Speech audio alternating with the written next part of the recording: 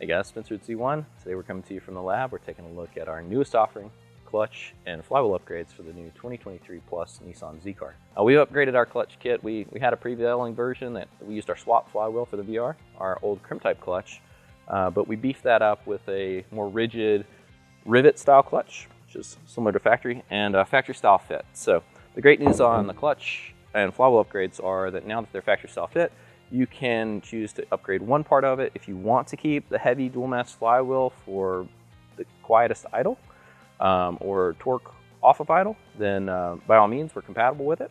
If you want to use just a flywheel and for some reason the really heavy stock clutch, we are compatible and you can do that.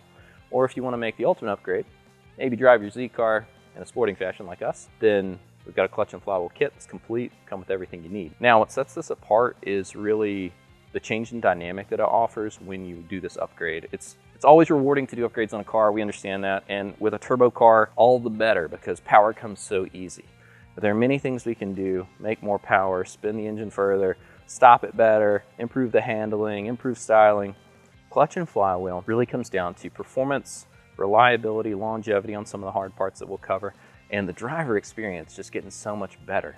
Because when you make a change from these heavy parts, we'll cover those weights real quick. Stock flywheel, 34.5 pounds. Z1 flywheel, 14 pounds. Stock clutch disc, the heaviest we've weighed, 4.5 pounds. It's, bro, doing a workout. Okay, 4.5 pounds. This is a really heavy clutch disc, and that's not working for you when you're going to make shift changes. It's got a lot of torque capacity, which is great. We've been handling more of that torque capacity with these smaller discs and more clamp for years. But it doesn't do you favors when you leave it spinning at red line. So if you spin this thing all the way up, just say you go 6,700 RPMs, you push the clutch to get it disengaged, you got to make that shift change. When you do all of those actions, the things that are happening is this disc splined on a steel input shaft is left spinning. It's in mesh with a counter gear underneath in the bottom of the transfer, which is solid steel, all left spinning. And above it on sliders on the output shaft are all your selectors, your synchronizers to get locked to the gear. You want to lock that next gear to the output shaft, you got to match speeds.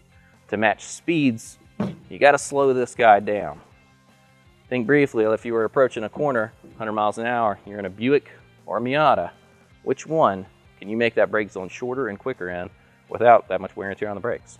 They'd be equivalent if their weights were the same, but their weights aren't. The weights are significantly different. So instead of 4.5 pounds, we offer our standard disc even, it's lighter, it's 3.5 pounds. So with the same effort, what you're going to call on that synchronizer to slow down all this steel and clutch disc so those shaft speeds will match, you can get that ball ring to lock on to the gear and get your next gear change, get back on the gas, back into boost.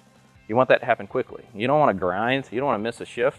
You don't want to see that other guy going by. There's a huge reward from that space alone, just on the weight reduction. We're holding the power just fine because we upgrade the clamp.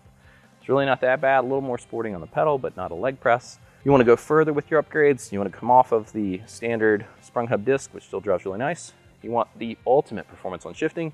You want our solid unsprung hub. This is 2.8 pounds, very lightweight.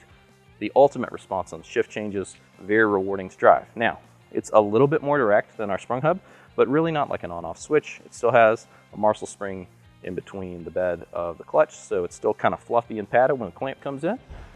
It's just a little bit more direct, but definitely the most responsive on shift changes. If you're heavily abusive, you want to do clutch kicks and drag launches, you're making really big power, then look for our 6-putt.